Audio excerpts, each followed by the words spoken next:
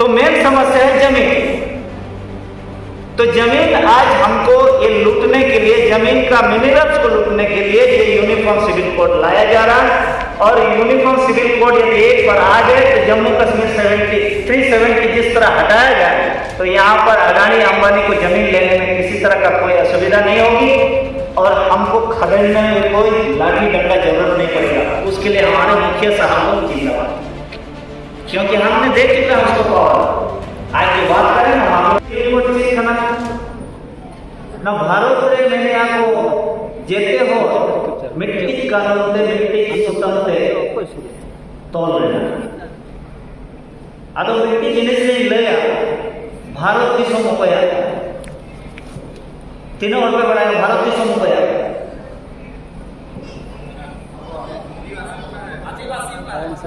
अदो आदिवासी खान दो आदिवासी कानून में बनावा कानून चिकाई बनावा है सवाल बने।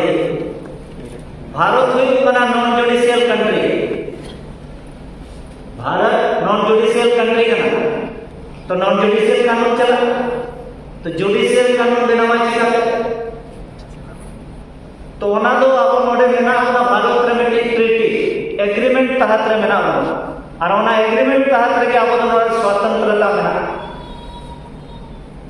एग्रीमेंट तहत रे स्वतंत्रता मेना अदो ओना स्वतंत्रता चावा लगी तेहें वाला यूनिफॉर्म सिविल कोड हिजुग कना अब जहां तीना के स्वतंत्र ओना दो लाहा ते अब आजादी बन तहे कना 1947 पूरे दो अब बन इंडिपेंडेंट है अदो अब इंडिपेंडेंट ना हो अदो 1947 रे जखन ट्रांसफर ऑफ पावर हुई है ना लॉर्ड माउंटबेटन और जवाहरलाल नेहरू चिता अब वाई हुई लगता है अब चेक कर ट्रांसफर होना सवाल ना हो पावर ट्रांसफर होना ओनाते अब चेतान कानून को बनावे नौसरी का दबाव लई और ट्रांसफर होना वोटिंग माध्यम पे ट्रांसफर होना पावर जे इन दो फलाना होड़ के 5 बछर लगे ते इया पावर दो फलाना एमपी फलाना एमएलए इन ट्रांसफर है अरे इन लगे जहां की कानून बनाओ के इन बन विरोधा सुप्रीम कोर्ट में मैंने है तो यदि एक बार आप वोट दे दिए तो आप उसके विरोध में आप क्रिटिसाइज नहीं कर सकते, क्योंकि आप एग्रीमेंट के तहत अपनी सत्ता के हस्तांतरण कर चुके हो। यही है वोट नुआना मुख्य समस्या चेक करना समस्या मन बढ़ाए इन पर समाधान ले गई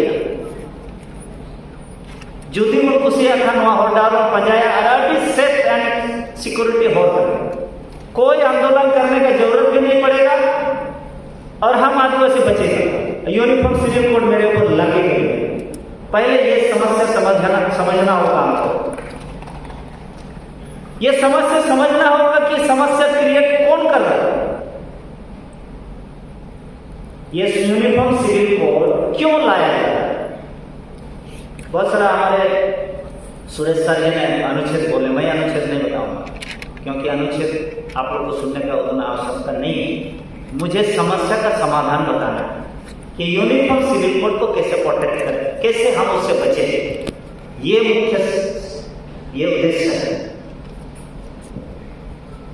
आप देखेंगे यहां देश किसके द्वारा संचालित है, आप लोग बताइए, देश कौन चला रहा है बताइए थोड़ा। इधर बोल रहे सरकार, आप लोग क्या बोलते हैं उधर, कौन चला रहा देश, नेता मंत्री सरकार और कौन,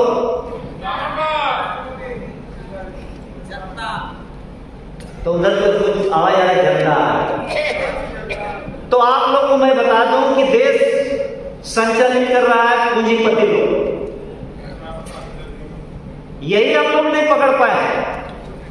जब तक आप बीमारी नहीं पकड़ेंगे तो दवाई उसका सही तरीका से डॉक्टर नहीं लिख पाते। इसीलिए डॉक्टर सिविल सर्जन लोग क्या है ना, पहले वो नाड़ी पकड़ता है, वो फिर जांचता है, एक्सरे करता है, ब्लड टेस्ट करता है, तब बीमारी पकड़ता है, अच्छा इसका ये कमी है, तब इसके हिसाब से दवाई लिखता है। तो पूंजीपति का समस्या है, यहाँ किसी का समस्या नहीं है यूनिफॉर्म सिविल कोड लाने का। पूंजीपति को आप लोग याद कीजिएगा, पोटका से हम लोग भूषण और जिंदल को भगाए ना, पोटका से जिंदल और भूषण को भगाए ना।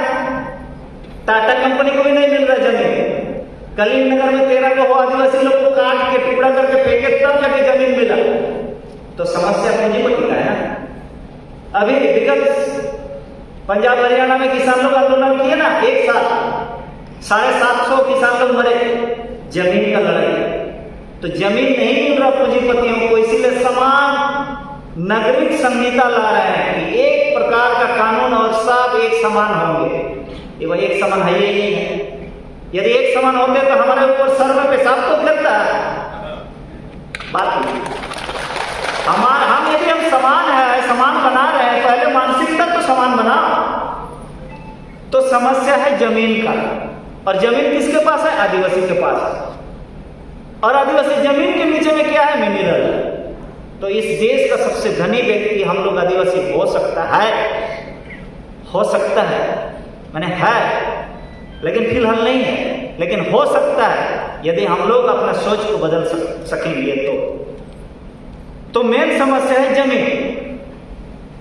तो जमीन आज हमको ये लूटने के लिए, जमीन का मिनरल्स को लूटने के लिए ये यूनिफॉर्म सिविल कोड लाया जा रहा है। और यूनिफॉर्म सिविल कोड यदि एक बार आ गए तो जम्मू कश्मीर 370 जिस तरह हटाया गया, तो यहाँ पर अडानी अंबानी को जमीन लेने में किसी तरह का कोई असुविधा नहीं होगी और हमको खदेड़ने में कोई लाठी डंडा जरूरत नहीं पड़ेगा। उसके लिए हमारे मुखिया साहब को जिंदाबाद, क्योंकि हमने दे चुका है उसको पावर।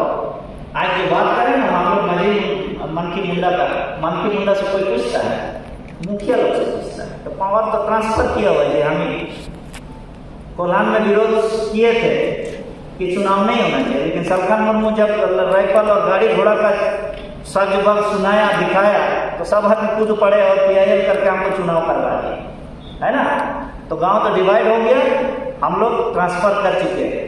पहले तो MLA MP को ट्रांसफर किया, अभी मुखिया को, गांव में भी डिस्प्यूट। अब समस्या का समाधान की ओर मैं चलता हूं, क्योंकि समय कम है, वक्त हमारे बहुत सारे हमारे बुद्धिजीवी बैठे हुए, और आप लोग को भी कुछ सुन के और सीख के जाना है कि करना क्या है। हम कितने वर्षों से हम लोग आंदोलन कर रहे हैं, कब तक करेंगे? कुछ तो समाधान होना चाहिए ना, कि हम यूं ही हम लोग आंदोलन करते रहेंगे। और मैं तो विगत 3 साल हम लोग जेल में रहे ना, संविधान की बात करने का जुर्म में। क्या कर पाए? संविधान का बात करने से जब जेल जा सकते हैं, तो जमीन बचाने के लिए क्या हो सकता है? इसीलिए खतरा बहुत बड़ा है, खतरा बहुत बड़ा है। आप लोग को अभी बचने के लिए कुछ रास्ता मैं टिप्स आप लोग को देता हूं। ये सुझाव है मेरा, ये सुझाव है। बीमारी क्या है? जमीन। टारगेट किया है मुसलमान को। ए भाई, किसको क्या है, कितना शादी करना है, उसका कैपेसिटी कमर में दम है तो शादी करेगा, इसमें क्या दिक्कत है? अरे हम लोग जमींदार है ना जी, हम 2 रखेंगे, 3 रखेंगे, कहां पर लिखा हुआ नहीं शादी कर सकते हैं? ऐसे है? ऐसे है कहीं? हमारा तो बहु प्रथा है ना, शादी कर सकते हैं। ये सब फालतू वाला बात है, ये शादी रोकेगा, शादी एडॉप्शन नहीं करेंगे, क्या करेंगे? हिंदू लोग हमारे ऊपर नहीं, हम दूसरों का कानून क्यों ले? वो बाहरी। अरे 2005-11 में तो बोले है ना, 5 जनवरी को supreme court, Kailash versus Maharashtra, 8% आदिवासी यहाँ के मूल नागरिक निवासी है, नागरिक नहीं, नागरिक बात नहीं बोला, आदिवासी नागरिक नहीं है। ये भी बहुत बड़ी बात, आदिवासी नागरिक नहीं है, सिटीजनशिप एक्ट में पढ़ लीजिएगा। हम पहले समझे हम कौन है। आज भी भारत में डंग जिला, गुजरात का डंग जिला भारत में नहीं मिला हुआ आदिवासी लोग, और उसको हर साल एग्रीमेंट करता है। गूगल में देख लीजिए, हर साल एग्रीमेंट करता है गवर्नर और टैक्स देता है आदिवासी को। क्यों? क्योंकि वह अपना पावर को ट्रांसफर नहीं करता, वह अपना पावर को ट्रांसफर नहीं करता। मैं समाधान की ओर जा रहा हूं। बीमारी वो है, बीमारी वो है। आप समाधान सुनिएगा। हमको सबसे पहले आर्थिक रूप से मजबूत होना पड़ेगा। क्योंकि पूंजीपति लोग कभी आंदोलन और लड़ाई नहीं करता है। कभी गुजराती मरवाड़ी लोग को आंदोलन सुने हो? गुजराती मरवाड़ी लोग को आंदोलन सुने हो? 2-3% है, पूरा देश में राज कर रहा है। आर्थिक रूप से हमको सक्षम होना पड़ेगा, उसके लिए बहुत आसान है, बहुत आसान है। हम लोग कोल्हान यदि एक साथ यदि हम लोग विचार थोड़ा सा हम लोग सोच ले, हम लोग महीना 100 रुपया का कंट्रीब्यूशन में हम लोग टाटा कंपनी को कब खरीद लेंगे इसको भी पता नहीं चलेगा। समस्या का समाधान, अरे 100 रुपया, हम लोग तो खाने पीने को मना नहीं कर रहा है, अपना कमाया है, खाओ पियो, लेकिन 100 रुपया का कंट्रीब्यूशन हम लोग यदि एक समाज हित में, आदिवासी का हित में यदि हम लोग सोचेंगे तो वो पंजाबी और वो जो जट लोग जैसे आंदोलन किया ना, हम लोग को आंदोलन करने का जरूरत नहीं पड़ेगा। हम लोग उखाड़ फेंकेंगे किसी का भी कानून और अधिकार को, किसी का भी। ये टाटा कंपनी को भी खाएंगे और सारे भारत में हम लोग का राज चलेगा। ये मैं मुंगेरी लाल का हसीन सपना नहीं दिखा रहा हूँ, हकीकत बात है। उड़ीसा में हमारे आदिवासियों का 1 अरब 20 करोड़ रुपया महीना कलेक्शन है, लेकिन उससे भी फायदा नहीं उठा पाया। 20 साल से वो चला रहा है। 1 अरब 20 करोड़, आप समझ रहे हैं? 1 अरब 20 करोड़ यहाँ है। तो आर्थिक रूप से हमको सक्षम होना पड़ेगा, और हमको नौकरी करने से आर्थिक रूप से हम सक्षम नहीं होने वाला है। दूसरा है कि एकजुटता के लिए हमको सामाजिक व्यवस्था का हमको अपने अनुपालन करना होगा। एकजुटता के लिए अनुपालन क्या है? सामाजिक व्यवस्था। हमारा तो सब अपना अपना समुदाय में व्यवस्था है, माझी परगना है, हम लोग संथालों का हो का मन की मुंडा है, डोकलो सो रहा है पूरा। तो इस सारा व्यवस्था हमको ये अनुपालन करना होगा। अभी एडवोकेट मैडम जी बोले कि हम तो अपने से गुलामी स्वीकार करते हैं, हमको गुलाम कोई बनाता नहीं। अब हालत ये है, अभी श्रवण का बोले हम लोग अभी हिंदू खुद बनने के लिए तैयार हैं। तो हम समाज को कंट्रोल करने के लिए हमें अपने ही लोगों को समझाना होगा और खुद समझना होगा। अरे भगवान में उतना ही भगवान में ताकत है तो हमको कोरोना से क्यों नहीं बचाया है भारत? अभी तो 2024 तक में करीब 20 करोड़ आदि यहाँ के लोगों को मारने का एक मिशन, 20 करोड़ खत्म करने का ये एग्रीमेंट हो चुका है। तो इसके बाद इसके बचने के लिए और दूसरा एक रास्ता है, तीसरा, वो है न्यायिक लड़ाई में हमको लड़ना पड़ेगा। न्यायिक लड़ने के लिए लड़ाई लड़ने के लिए हमको पैसा की जरूरत होगी, और उसके लिए भी हम लोग को समाज को तैयार होना पड़ेगा। काहे कि ये सरकार को सुनने वाले नहीं है, 370 लगा को हटा चुका।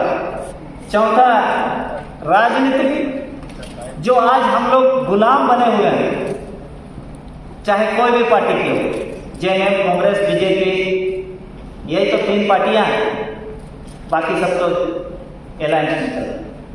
तो ये पार्टियां क्या हमारे यूसीसी के बारे में कोई कुछ कह रहे हैं? अभी तक कुछ कहे नहीं ना। कुछ लोग तो बोल रहे हैं कलकत्ता में, बंगाल में जाके बोलते हैं कि हमको यूसीसी के बारे में विरोध में भी नहीं बोलना है और समर्थन में भी नहीं बोलना है। आप लोग समझ गए होंगे, है ना? तो वैसे बुद्धिजीवी लोग, समाज तोड़ने वाले लोग को क्या उसको मतलब है यूसीसी से, है ना? इसके बाद यदि हम लड़ाई हारेंगे, ऐसे हम आंदोलन से भी नहीं जीतेंगे, तो ये रास्ता से हम जरूर जीत सकते हैं। ये मेरा बोलता है ना ब्रह्मास्त्र है, ये मेरा व्यक्तिगत राय है। ये आप लोग को निर्णय आप लोग को लेना है और सब बुद्धिजीवियों को विचार करना है। वो 5वां रास्ता है, हम आम आदमी है या खास आदमी है? ये बताइए। खास आदमी है तो हम आम आदमी का सर्टिफिकेट का है ये। आम आदमी का सर्टिफिकेट आधार कार्ड है ना? आधार कार्ड तो हमको आम आदमी बना ही दिया, हम स्वीकार किए हैं आधार कार्ड। ये बंद करना होगा हमको, हो सकता है जरूरत पड़े तो सरेंडर करना पड़ेगा। दूसरा है उसमें उसके साथ वोटर कार्ड। वोटर कार्ड माने आप नागरिक हो, नागरिकता की पहचान है, नागरिकता की पहचान है। तो सिटीजनशिप एक्ट में तो भाई हम तो नहीं आते हैं ना। अब वोटर कार्ड यदि हम इससे हम पावर ट्रांसफर हो रहा है तो मेरे ख्याल से इसको भी दे देना चाहिए। अब देखते हैं सरकार क्या करेगी, मेरे लिए कानून बनाएगा वोट नहीं देंगे तो। हम यदि वोट नहीं देंगे तो क्या मेरे लिए कानून बना सकता है? कानून भी हमारे वकील साहब है, आप भी थोड़ा सा देख लीजिएगा। यदि हम वोट नहीं देंगे तो क्या मेरे लिए कुछ नुकसान है? वोट मैंडेटरी है, वोट मैंडेटरी है या नहीं? और मैंने शुरू में बोला कि दुश्मन को पहचानना होगा लड़ाई में, और दुश्मन को जब तक नहीं पहचानेंगे हम लड़ाई नहीं जीत सकते। इसीलिए हमारा दुश्मन पॉलिटिशियन के साथ साथ, क्योंकि पॉलिटिशियन को फाइनेंस किया जाता है कॉरपोरेट अपना फायदा के लिए, है ना। मेन दुश्मन कॉरपोरेट होता है, इसमें सभी कंपनियां हैं। मैं एक टाटा कंपनी को मैं दोष नहीं दूंगा, ये भी इसमें सभी कंपनियां हैं। और 7वां में उपाय है कि हम आदिवासी जितने हैं केवल ये अनुपालन करने से भी हम लोग झटका दे सकते हैं। वो रास्ता है हम सभी आदिवासी, हम दूसरों के, हिंदुओं के धर्म संस्कृति कार्यक्रम में सम्मिलित ना हो। हम विरोध नहीं करें, सम्मिलित नहीं होंगे। महात्मा गांधी ने बाइबिल से ये लड़ाई सीखने का एक उनको मंत्र मिला था, यदि दुश्मन बहुत मजबूत है तो आप उसके साथ मत लड़ो। तो दुश्मन बहुत मजबूत है, उनका धर्म में आप मत शामिल हो, उनके कार्यक्रम में मत शामिल हो, तो वह स्वतः बिन दांत के शेर की तरह हो सकता है। तो हम उसका कार्यक्रम में शामिल नहीं होंगे। अभी दुर्गा पूजा आ रहा है, गणेश पूजा आ रहा है, हम लोग शामिल नहीं होंगे। वो तो बिजनेस कर रहा है, हम उसका बिजनेस में साथ नहीं देंगे, है ना। मैं अपने वक्तव्य को, मेरा सुझाव यही था, और मुझे लगता है कि इससे बढ़िया शायद और कोई उपाय नहीं हो सकता है। मैं कानून की बात नहीं कर रहा हूं, यहाँ कानून बात नहीं कर रहा हूं, और समय खत्म हो गया है। आप लोग अच्छे बातों को सुन के जाएं और उसको अपना आत्मसात करें। मैं इन्हीं चंद शब्दों के साथ अपने वक्तव्य को यहीं विराम देता हूं। धन्यवाद। जोहार।